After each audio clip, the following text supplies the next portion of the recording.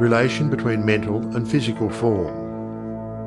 Some persons feel that it is not quite proper to visualize for things. It's too material, they say. But material form is necessary for the self-recognition of spirit from the individual standpoint, and this is the means through which the creative process is carried forward. Therefore, far from matter being an illusion and something that ought not to be, as some metaphysical teachers have taught, matter is the necessary channel for the self-differentiation of spirit. However, it is not my desire to lead you into lengthy and tiresome scientific reasoning in order to remove the mystery of visualization and to put it upon a logical foundation. Naturally, each individual will do this in his own way. My only wish is to point out to you the smoothest way I know, which is the road on which Troward guides me. I feel sure that you will conclude, as I have, that the only mystery in connection with visualizing is the mystery of life taking form, governed by unchangeable and easily understood laws. We all possess more power and greater possibilities than we realize, and visualizing is one of the greatest of these powers. It brings other possibilities to our observation. When we pause to think for a moment, we realize that for a cosmos to exist at all, it must be the outcome of a cosmic mind, which binds all individual minds to certain generic unities of action, thereby producing all things as realities and nothing as illusions. If you will take this thought of Troward's and meditate upon it without prejudice, you will surely realize that concrete material form is an absolute necessity of the creative process. Also, that matter is not an illusion, but a necessary channel through which life differentiates itself.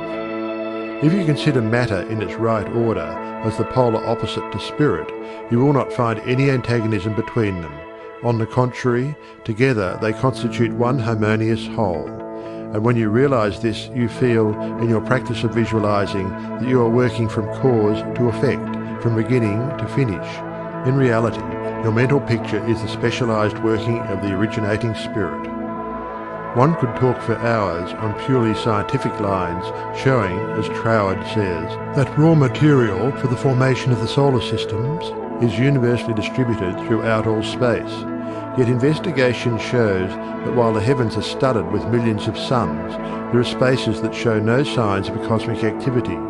This being true, there must be something which started cosmic activity in certain places, while passing over others in which the raw material was equally available. At first thought, one might attribute the development of cosmic energy to the etheric particles themselves. Upon investigation, however, we find this to be mathematically impossible in a medium which is equally distributed throughout space, for all its particles are in equilibrium. Therefore, no one particle possesses in itself a greater power of originating motion than the other. Thus we find that the initial movement, though working in and through the particles of primary substance, is not the particles themselves. It is this something we mean when we speak of spirit. The same power that brought universal substance into existence will bring your individual thought or mental picture into physical form. There is no difference of kind in the power. The only difference is a difference of scale. The power and the substance themselves are the same. Only in working out your mental picture it has transferred its creative energy from the universal to the scale of the particular, and is working in the same unfailing manner from its specific centre, your mind.